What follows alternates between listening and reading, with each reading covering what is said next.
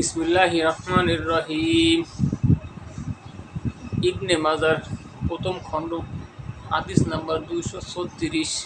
আনাস ইবনে মালিক থেকে বর্ণিত, রাসূল সাল্লাল্লাহু আলাইহি ওয়াসাল্লাম বলেন, আল্লাহ পাক সেই ব্যক্তিকে সৌন্দর্য মণ্ডিত করুক যে আমার একটি বক্তব্য শুনে তা স্মৃতিতে ধারণ করে, অতঃপর আমার পক্ষ থেকে তা অন্য লোকের নিকট প্রচার করে। আবু দাউদ শরীফ, খণ্ড নাম্বার 5, হাদিস নাম্বার 3661। সাওয়াল ইবনে সাদ থেকে বর্ণিত, রাসূল সাল্লাল্লাহু আলাইহি ওয়াসাল্লাম বলেন, আল্লাহর শপথ, তোমার সৃষ্টা দ্বারা আল্লাহর একজন ব্যক্তিকেও যদি আল্লাহ হিদায়াত দান করেন, পথ দেখান, তবে তোমার জন্য রয়েছে এক পা লাল উটের থেকেও কল্যাণকর। মুসলিম শরীফ, খণ্ড নাম্বার 4, হাদিস নাম্বার 1880। এটা আন্তর্জাতিক নাম্বার নয়। হাদিস নাম্বার 1880।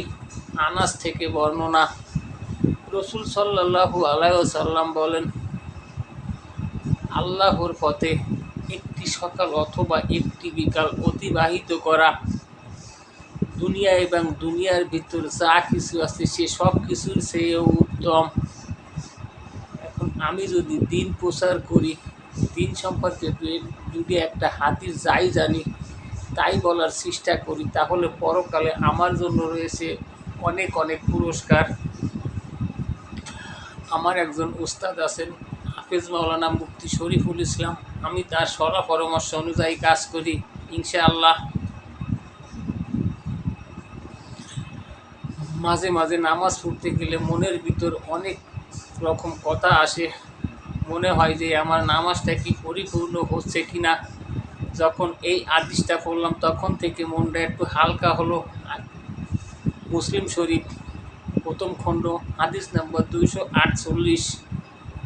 আবু হুরায়রা থেকে বর্ণিত, রাসূল সাল্লাল্লাহু আলাইহি ওয়াসাল্লামের সাহাবীদের ভিতর কিছু সংখ্যক সাহাবী আল্লাহর রাসূলকে জিজ্ঞেস করলেন যে মাঝে মাঝে আমাদের মনের মাঝে এমন কিছু কথা অনুভব করি, ব্যক্তিগত আমার মনেও এরকম আসে, আপনাদের মনে অন্য লোকের মনে আসে কিনা জানি না, আমার মাঝে মাঝে এমনটি হয়। সাহাবীদের ভেতর কিছু সংখ্যক সাহাবী আল্লাহর রাসূলকে জিজ্ঞেস করলেন, আমাদের মনের মাঝে মাঝে এমন কিছু কথা অনুভব করি যা মুখে বললে গুনাহ হবে। আল্লাহর রাসূল জিজ্ঞেস করলেন, তোমাদের কি এমন হয়? তারা বলল, হয়। আল্লাহর রাসূল বললেন, এটা তো সুস্পষ্ট ঈমানের অঙ্গ। ইবনে মাজাহ 261, হাদিস নাম্বার 261। আবু হুরায়রা থেকে বর্ণিত, রাসূল সাল্লাল্লাহু আলাইহি ওয়াসাল্লাম বলেন, ইলমের জ্ঞান অর্জন করার পর তা গোপন করে রাখলে কিয়ামতের দিন আল্লাহ তাআলা আগুনের লাগাম পরানো অবস্থায় তাকে উপস্থিত করা হবে।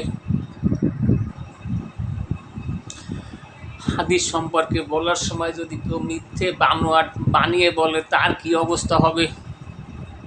আবু দাউদ শরীফ, খণ্ড নাম্বার 5, হাদিস নাম্বার 3651। আব্দুল্লাহ ইবনে জুবায়ের থেকে বর্ণিত, তিনি বলেন,